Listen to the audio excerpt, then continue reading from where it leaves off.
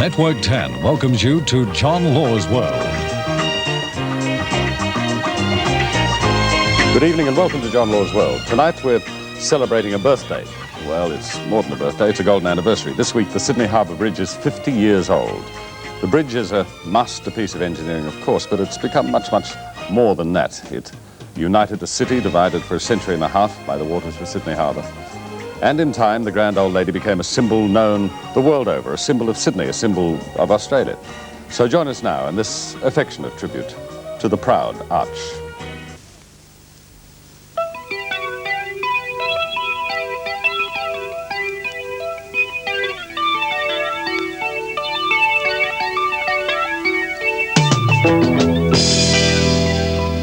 When the first Australian governor, Arthur Phillip, saw Sydney Harbour, he called it the finest in the world, where 1,000 ships might ride at anchor in perfect safety.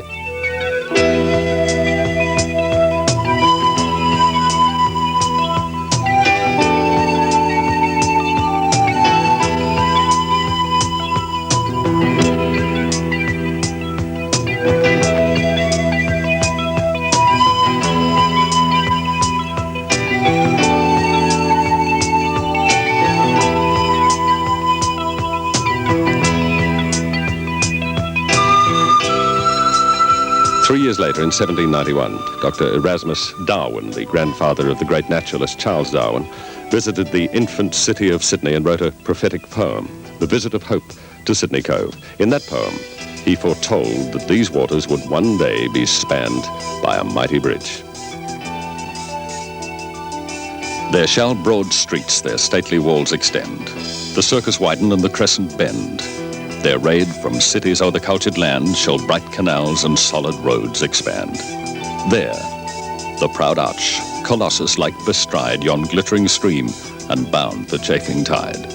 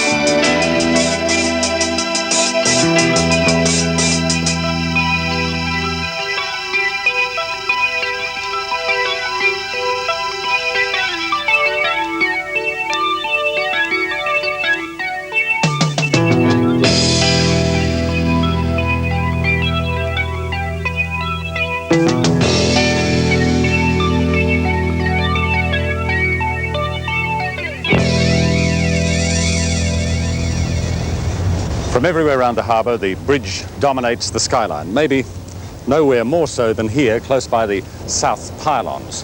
When a train goes by overhead, you can hardly hear yourself think.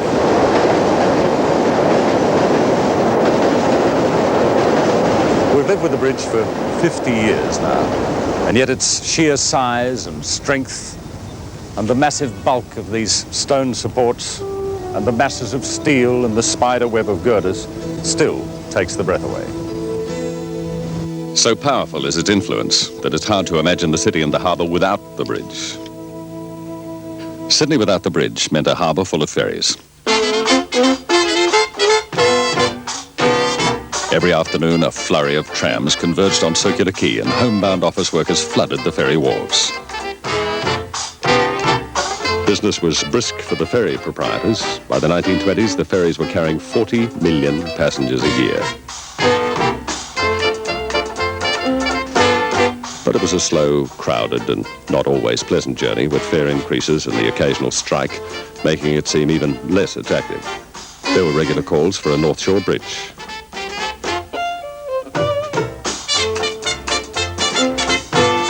There was a similar problem at the bottom end of town, where the suburban railway ended at Central Station.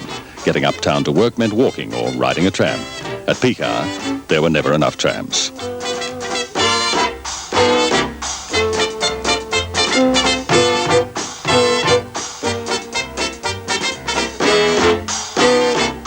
Clearly, Sydney needed two things: a city railway loop to shuttle people around town, and some way of getting over or under the water. Tunnels had their advocates, but a high-level bridge was the best bet. Hopeful bridge designs had been about for years. This pretty but impractical one was drawn up in 1857. And this practical but decidedly ugly one from the 1870s. As the century turned, several competitions were held and just about every possible design was suggested. Trestles and cantilevers, arches and suspension bridges, all with exotic names like United Sydney, Lothario, In Suspense, Terra Firma, and the Steel Age. None of these schemes ever got off the ground. The money ran out, the government changed at the crucial moment, or the old city-country feud flared up. But the dream of a great Sydney bridge and a city railway lived on in the heart and mind of this man, the Queensland-born engineer, John Bradfield. None was better placed than Bradfield to bring such a vision to life. He held the post of chief engineer in the appropriate government departments, and he was a tireless crusader for the bridge and the railway. But it was a long journey from the dream to the reality.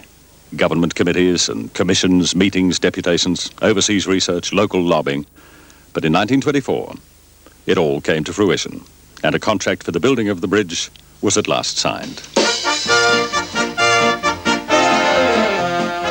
Designing a bridge is a complex, even a tedious task. Bradfield and his team of engineers filled book after book with detailed calculations, calculations which were repeated many times as small changes were made in the design. A rough idea of what the bridge would look like when finished comes from this much smaller bridge over the Tyne River in Newcastle in Britain. Though started after the Sydney Harbour Bridge, it was finished sooner. Bradfield had looked at various bridge styles, cantilevers, which most people thought rather ugly, and the rather more graceful cantilever arch, but he favoured a pure arch, resting on the shore at either side. This design by the successful tenderers, the British firm of Dorman Long, had no pylons. This one did, and Bradfield wanted them. They were not strictly necessary. The bridge would stand up perfectly well without them, but pylons would make the bridge look grander, more impressive, more a monument to Sydney as Queen City of the Empire. That was Bradfield's style. He was a small man with big ideas. This is how he pictured the bridge, illuminated at times of national rejoicing, the golden arch at sunset hour. He planned to grace the southern end of his bridge with two great new cathedrals, Anglican on one side, Roman Catholic on the other. This is one of his designs for Sydney Cove, birthplace of the nation, with a cantilever bridge and a grand railway station to greet the ferries. Not all these plans came to fruition, but two of them did, and Sydney is indebted to Bradfield for both, the Underground Railway and the Great Arch across the water.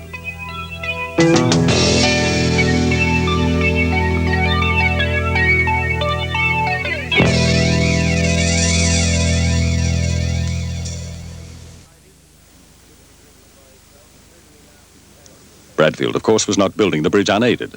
The bridge remained an obsession with him, and he was never far away, no matter what was happening. But others played key roles as well. The British engineer, Ralph Freeman, took over the task of designing the bridge. He and Bradfield had a fluctuating relationship. They got on well at first, but later they feuded publicly over whose bridge it really was. In charge of construction for the contractors, Dorman Long, was Lawrence Ennis. Like Bradfield, he seemed to be everywhere at once, right through the 8 years the bridge took to build. Bradfield, Freeman, Ennis, the leading players in a cast of thousands, men and women from many nations whose sweat and skill brought Bradfield's dream to fulfillment.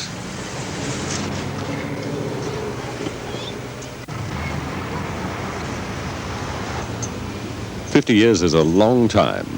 Many of the bridge workers are, alas, no longer with us, but some still are, and when they get together, they like to talk over old times. I worked in the workshops for 5 years. I became foreman over there. I was the first riveter on the job, and I became foreman. We had a wonderful type of fellows. We had 10 squads of riveters. We worked 2 shifts, and we never had a bit of trouble throughout the whole series. I worked in the industrial office, chief industrial office and the pay office, at Dawes Point here. Pay office work, the making up of money, the making up of the wages sheets, and anything else at all that affected the figures of the men. I worked on the arch. It was fairly exciting and a bit dangerous. You had to watch every step you took. Wet weather. Well, we didn't work wet weather. We come down.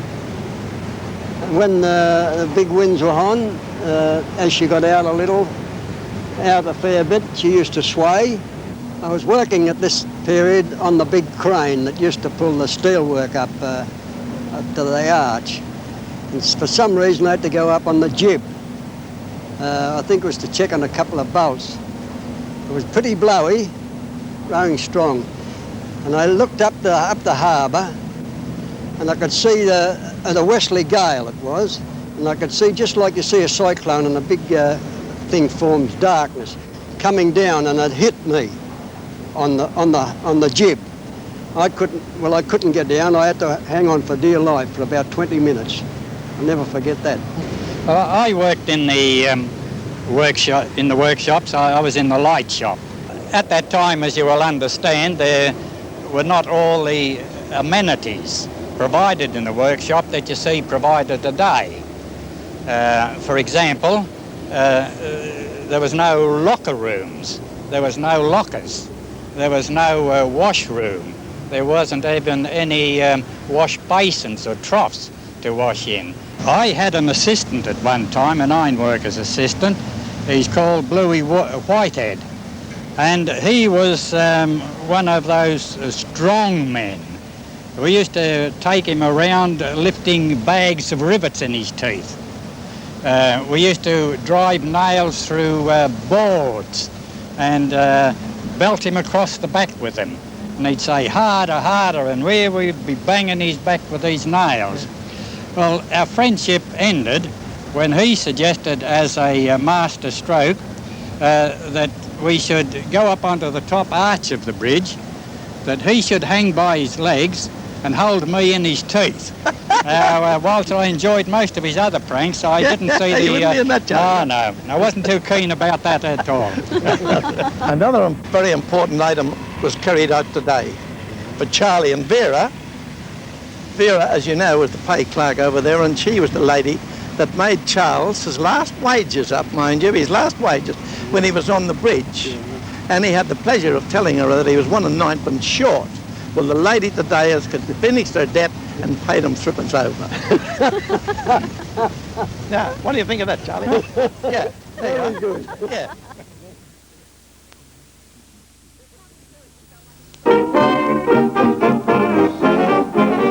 By the end of 1928, everyone could plainly see where the bridge would rise. The place was defined by lattices of steel stretching out towards the harbour. Now it was time for the real task, to hang thousands of tons of steel in a mighty arch across the water. The bridge would grow piece by piece, reaching up from either shore. To support the weight of the bridge, foundations were dug 20 metres down, filled with a honeycomb of reinforced concrete and surmounted by mighty bearings, 2 on each side, with the arch itself resting on 4 steel pins 30 centimetres in diameter. Each half of the arch, as it grew, would be held back by a thicket of steel cables anchored deep in the rock. And to lift the hundreds of girders into place, 2 creeper cranes, each 5 cranes in one, to crawl across the growing arch.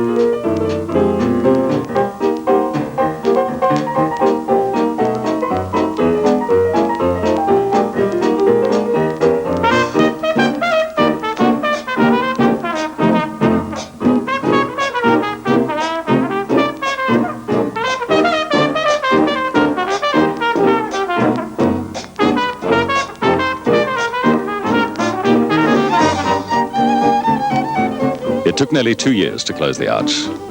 The gentlemen of leisure who met daily in the domain to review progress wagered they'd never make it.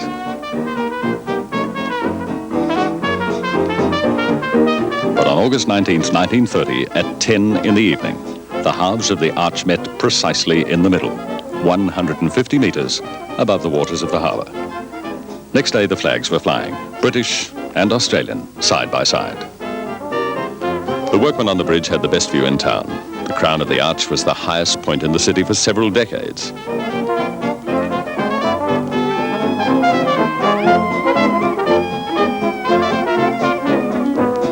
How the view has changed since then.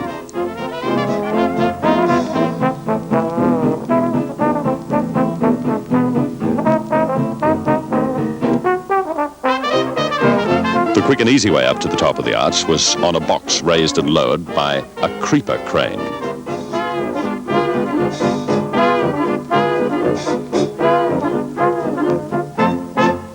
That was the way the boss came up to look things over. And it was the way the workers went down again at the end of a shift. Stragglers had to run. If they missed the last box, it was a long walk down.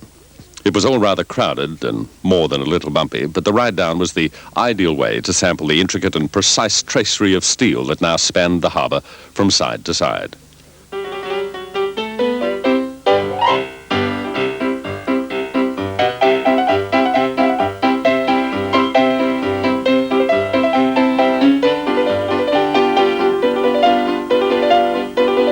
Once down, it was all aboard for the quick run to the shore.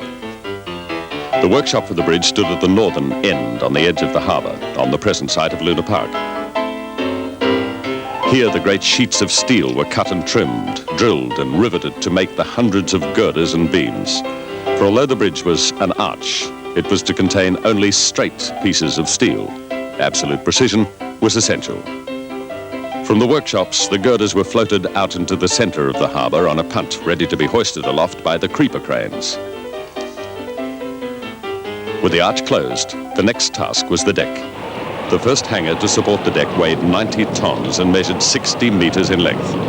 The day it was to be raised, the weather on the harbour turned nasty. For a while it was touch and go as workers battled the winds and the waves.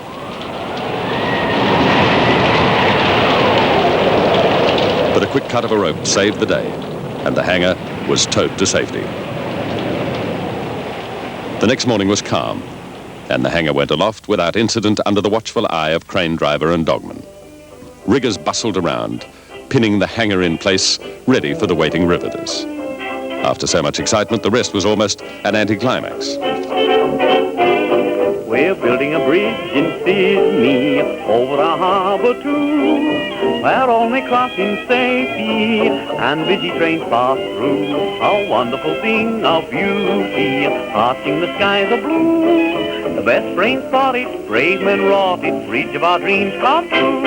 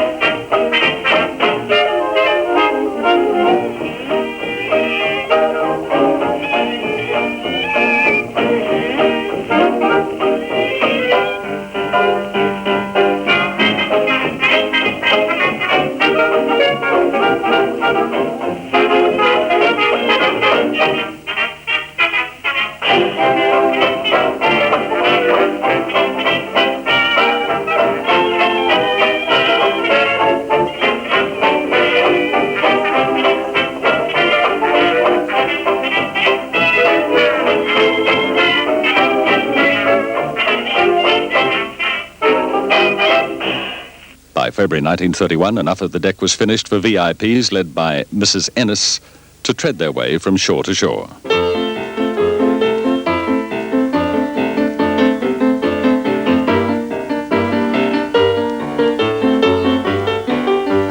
Six months later, the last of the 6 million rivets was driven home at the crown of the arch.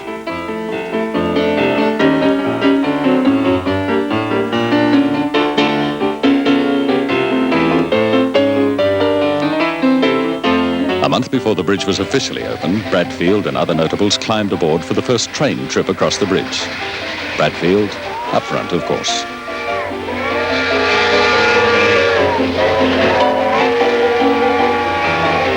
To test the strength and stability of their handiwork, engineers loaded the deck with 96 old train engines, 7,600 tons worth, while delicate instruments measured the strain. But all was well, and Lawrence Ennis, as Director of Construction, handed over the bridge to a government that seemed well satisfied with what their £10 million had bought. And that was that. After 8 years of building, 20 years of planning, and 150 years of dreaming, the Sydney Harbour Bridge was ready to greet the world.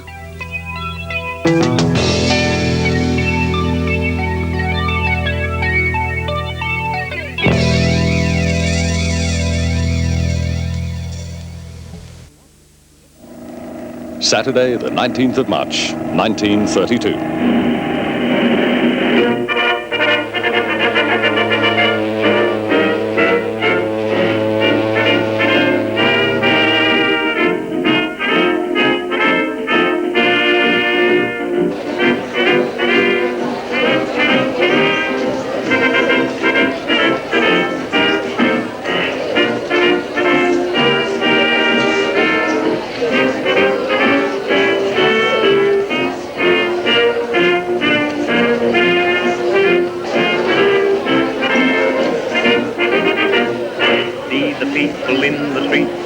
Tramping of the feet today's a holiday.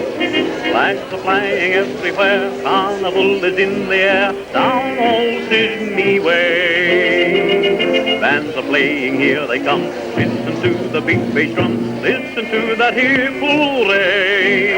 When the planes up in the sky fly above the span so high, they're opening the bridge today. One by one, the leading players arrived.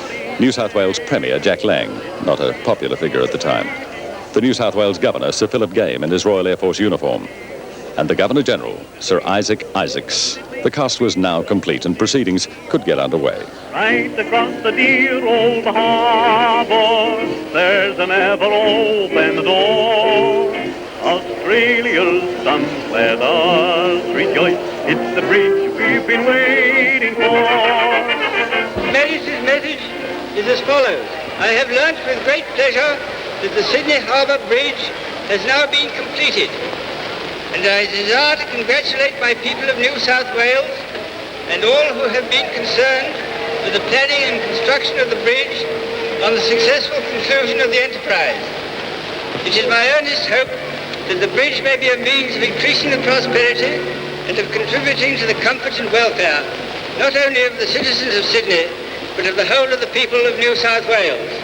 Long before the engineers drew the plans, or the labourer turned the sod, the people of Sydney dreamed about, worked for, and fought over the bridge which is about to be made available to them. Suddenly, the orderly proceedings were interrupted by sensational events. A horseman in uniform galloped forward and slashed at the ribbon with his sword. As police officers grabbed at the horse's reins, the rider shouted, "On behalf of the loyal and decent citizens of New South Wales, I now declare the bridge open." He was quickly unhorsed and taken into custody. The whole thing was not unexpected. Captain Francis Edward de Groot was a member of the New Guard, a right-wing group violently opposed to Premier Lang and all he stood for. A few weeks before, the group had boasted that Lang would not be opening the bridge, and 2 days before the opening, this cartoon in Smith's Weekly predicted what would happen. At his second blow, de Groot had succeeded in cutting the ribbon. It was hastily retied. Lang seized the gold-plated, opal-encrusted scissors and stepped forward for his turn. The Sydney Harbour Bridge was officially open for business.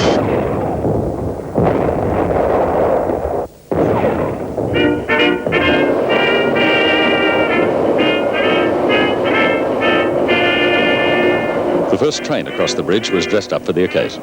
The passengers had paid 10 shillings, 2 days' wages, for the privilege of riding the 2 kilometres from North Sydney across the bridge to Wynyard. Surely the most expensive train trip ever.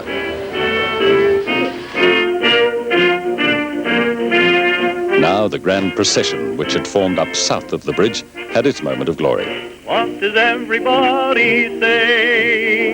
It's the bridge we've been waiting for. Like a giant of steel, at last the dream is real. Doesn't it make you feel you love old Sydney more? Right across the dear old harbour, there's an ever-open door. Australia's sons, let us rejoice. It's the bridge we've been waiting for.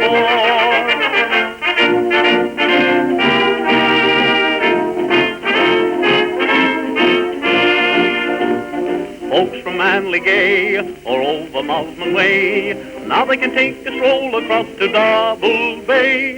If you miss the midnight ferry, there's a passing shore to shore. Australia's sons, let us rejoice. It's the bridge we've been waiting for. And with the procession over, the people of Sydney surged forward to claim their bridge. People climbed all over places they were not supposed to go, but no one was seriously hurt. During the day, 1,000 people fainted and had to be treated by first aid services. As night fell, the bridge was floodlit, and the organisers turned on a fireworks display as a fitting climax to the day. As the Sydney Morning Herald reported, it seemed that the forge of Vulcan had been brought to Sydney, from which he struck great showers of sparks. With a hiss and a roar, a line of fire cleaved the heavens. Rockets met across the water to form another mighty arch to rival in beauty the great steel arch behind them, each declaring the bridge open for the people of New South Wales.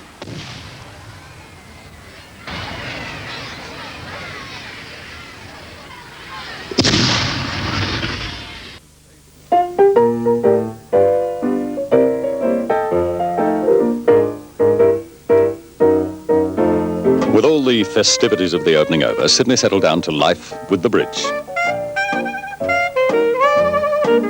Now that the city could be reached from the North Shore by a land journey of only a few minutes, the vehicular ferries went out of business immediately.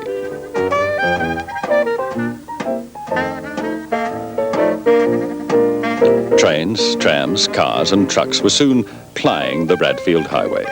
Though, to be honest, business wasn't very brisk.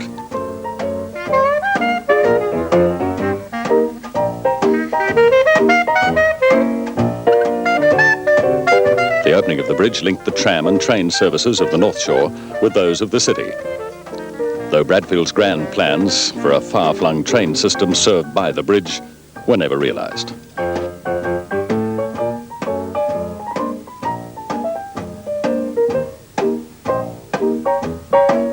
More immediate events overtook some of the leading figures in the bridge story. Captain Edward Francis de Groot, the popular hero of the opening, spent the weekend in the watch house. He was in court on Monday to answer a charge of offensive behaviour in a public place, while nearly 2,000 of his supporters and opponents demonstrated in the street outside.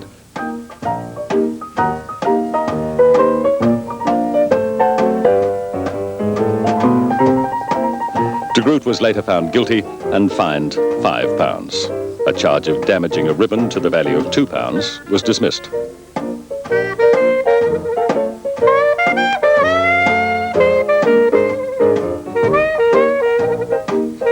The newsreel film of the opening was hurriedly withdrawn from screening by the state government when audiences were found to be cheering de Groot and booing the Premier. Jack Lang had not long to savour the triumph of the bridge opening. 7 weeks later, he was dismissed from office by Governor Game, the man who'd sat beside him on the great day. The charge against Lang was one of issuing illegal regulations.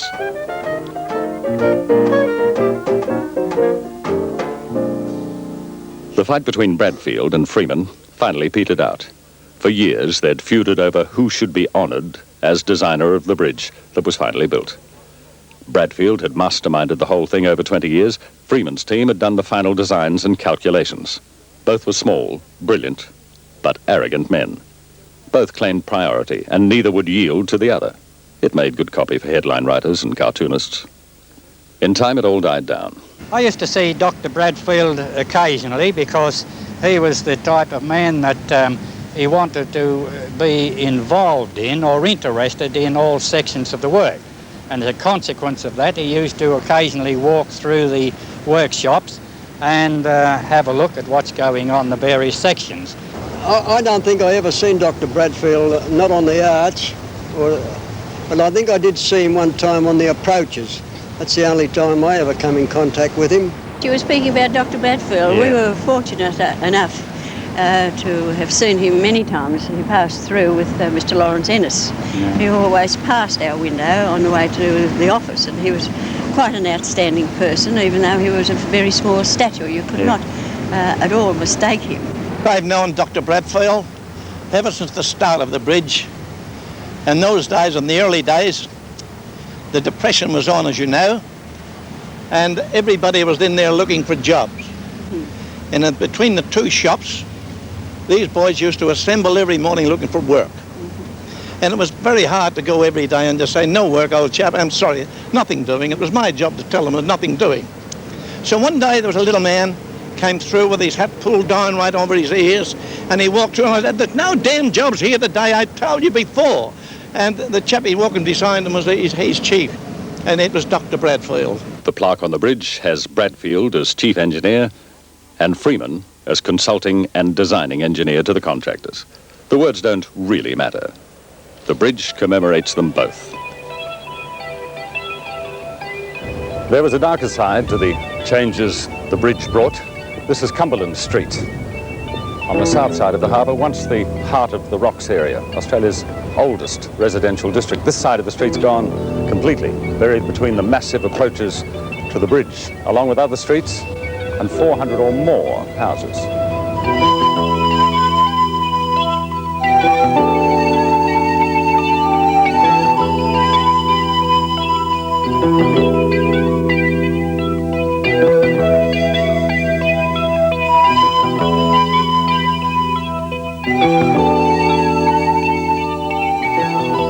Other buildings went too. The 100-year-old Scots Church, that had to go to White and York Street.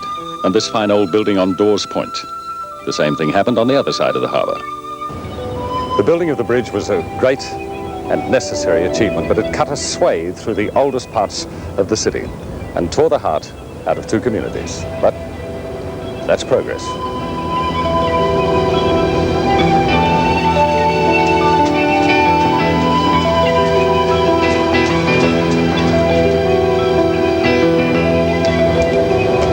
Here we're pretty close to the scene of the action at the official opening.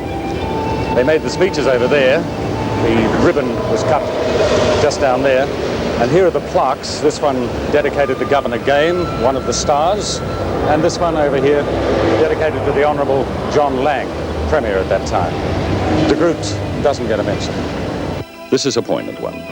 The names of the 16 men who didn't see the distance. James Campbell, he fell from a pylon. Robert Craig, knocked down a ballast heap.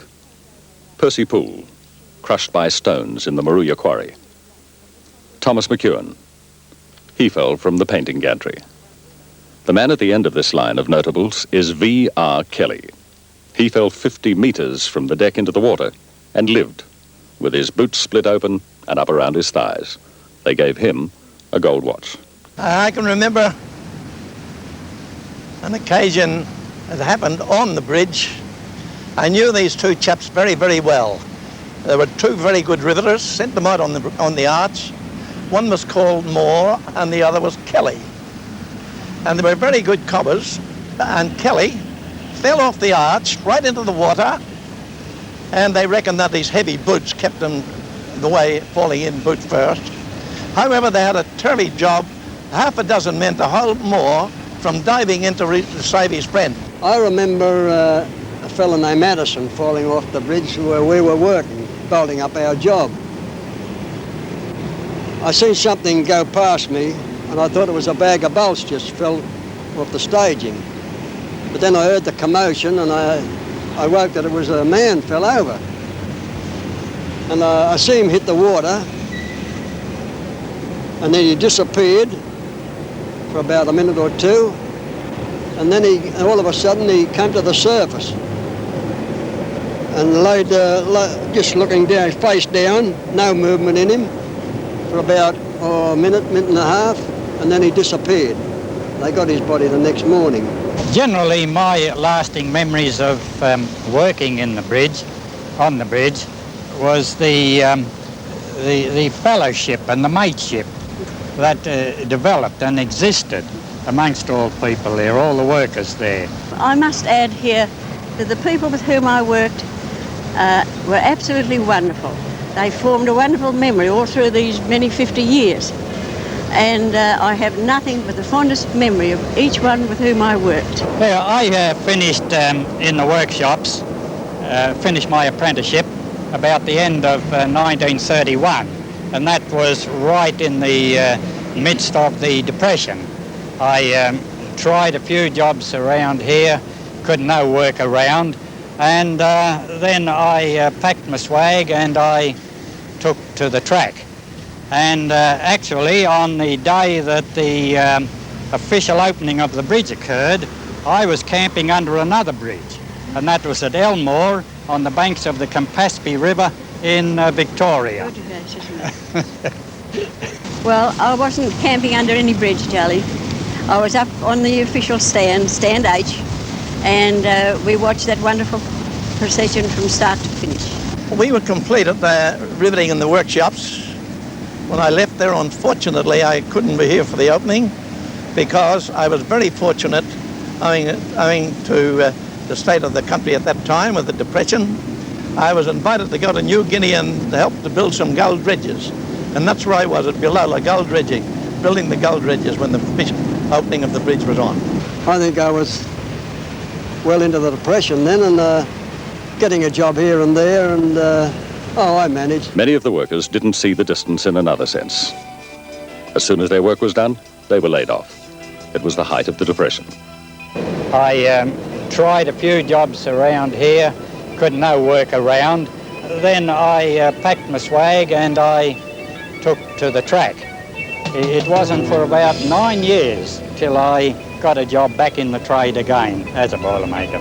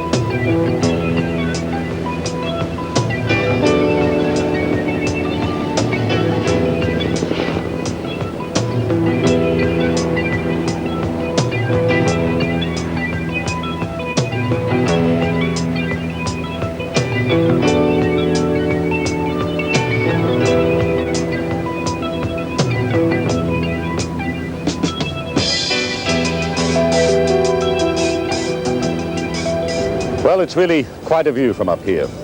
The waters of the harbour 150 metres below us. The city spread out all around us.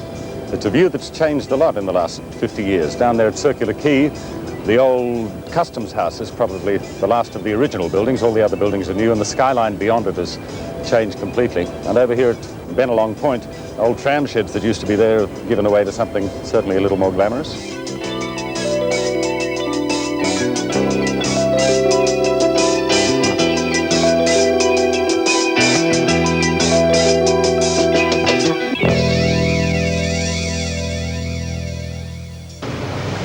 The bridge itself has changed very little. The footway on the western side now takes cycles. Trams stopped running on the eastern side in the 1950s, and that made room for more cars. That tramway had been intended for trains, a whole new line to run out to Manly and beyond, but that was never begun. More and more, the bridge has come to serve the motor car.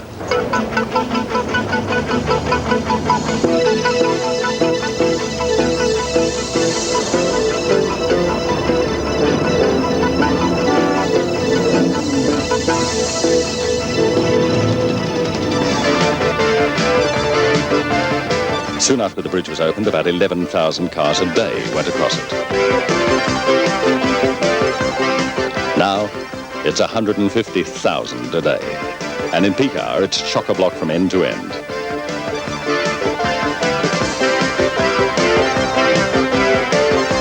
The big change in recent years has been the building of a series of new access roads to get more and more traffic on and off the bridge. Most of the time, the old bridge still copes with the traffic. But there are voices calling for a new harbour crossing to share the load, a tunnel or a bridge or even both. Quite a few schemes have been proposed, but all of them would require resumptions and demolitions both sides of the harbour, and the citizens likely to be affected are already making angry noises. You could say that there's a problem with the amount of the bridge toll. In the 1930s, a car crossing the bridge both ways would have paid a shilling, 10 cents. 50 years later, with wages 50 times higher, the toll is only twice as much, 20 cents. The toll on any new crossing would probably be $1 or more just to pay for it. So some people say, why shouldn't there be a more realistic toll on the old bridge? A couple of dollars for a car with only a driver crossing the bridge in peak hours, they say, would ration the traffic and help the old bridge cope for quite a few more years.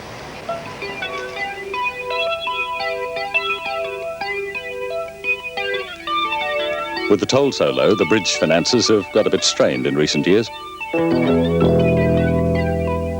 Maintenance has been cut back. A few years ago, twice as many painters and riggers were working on the bridge as are working there now.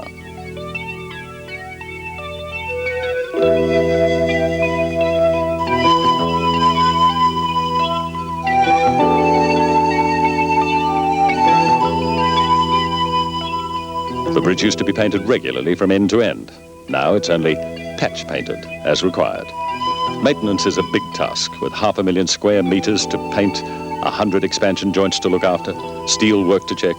It'd take $1 million to replace the maintenance equipment.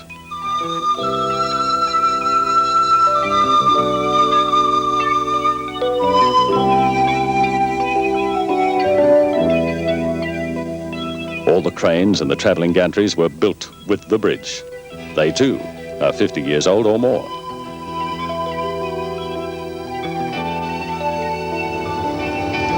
The bridge has been called many things. At one time it was called the Iron Lung because during the Depression it provided work for almost 2,000 Sydney-siders. In fact, probably for them it was their lifeblood. Now we call it what, the coat hanger?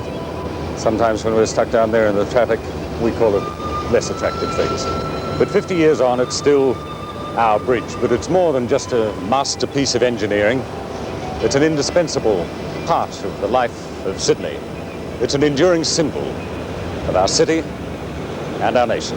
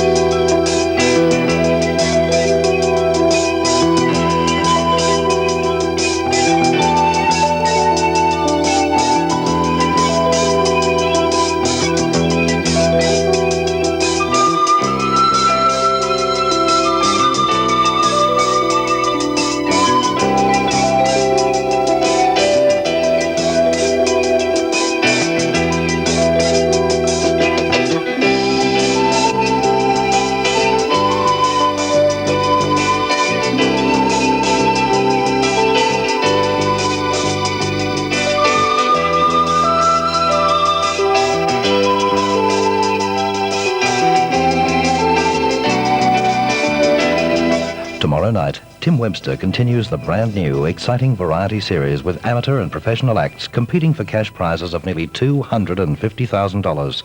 You're a Star tomorrow night at 7:30. And stay on 10 now for Prisoner.